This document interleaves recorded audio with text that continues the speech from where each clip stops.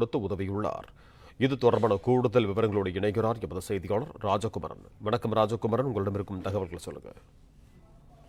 மதுரையில் கடந்த 1ஆம் தேதி தேசிய ஜனநாயக கூட்டணியினுடைய பொதுக்கூட்டம் நடைபெற்றது. பிரதமர் நரேந்திர மோடி உட்பட கூட்டணியினுடைய அனைத்து கட்சிகளின் முக்கிய தலைவர்களும் அதில் பங்கேற்றிருந்தார்கள்.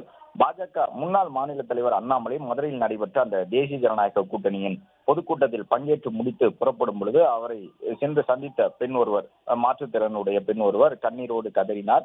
என்னுடைய தாலியை கூட அடமானம் வைத்து விட்டேன் என்று தன்னுடைய வறிய நிலையை சொல்லி அந்த பெண் கதறி அழுத நிலையிலே அண்ணாமலை தன் உடன் இருந்தவர்களிடம் சொல்லி என்ன விஷயம் என்று விசாரிங்கள், அவர் சொல்லக்கூடிய தகவலை கேட்டறிந்து விட்டு அவருக்கான உதவியை செய்து கொடுங்கள் என்று சொன்னார். அந்த பெண்ணும் தொடர்ந்து அழுதபடியே இருந்தார். தங்க தாலி ஒன்று இருந்தது, அதையும் அடகு வைத்து விட்டேன், அன்றாட செலவுகளுக்கே கஷ்டப்படக்கூடிய ஒரு சூழல் இருக்கின்றது என்று அந்த பெண் அழுதாலும் தாலி என்பது ஒரு உணர்வுபூர்வமான விஷயம் என்ற அடிப்படையில் அண்ணாமலை உடனடியாக அதற்கு மாற்றாக ஏதேனும் ஏற்பாடு செய்து தருவதாக சொல்லியிருந்தார். இந்த நிலையில்தான் அந்த பெண் அடகு வைத்திருந்த தாலியை காட்டிலும் அதிக எடை கொண்ட தாலி ஒன்றை வாங்கி அந்த பெண்ணுக்கு நிர்வாகிகள் மூலமாக கொடுத்து இருக்கின்றார் அண்ணாமலை என்ற தகவல் வெளியாகி இருக்கின்றது.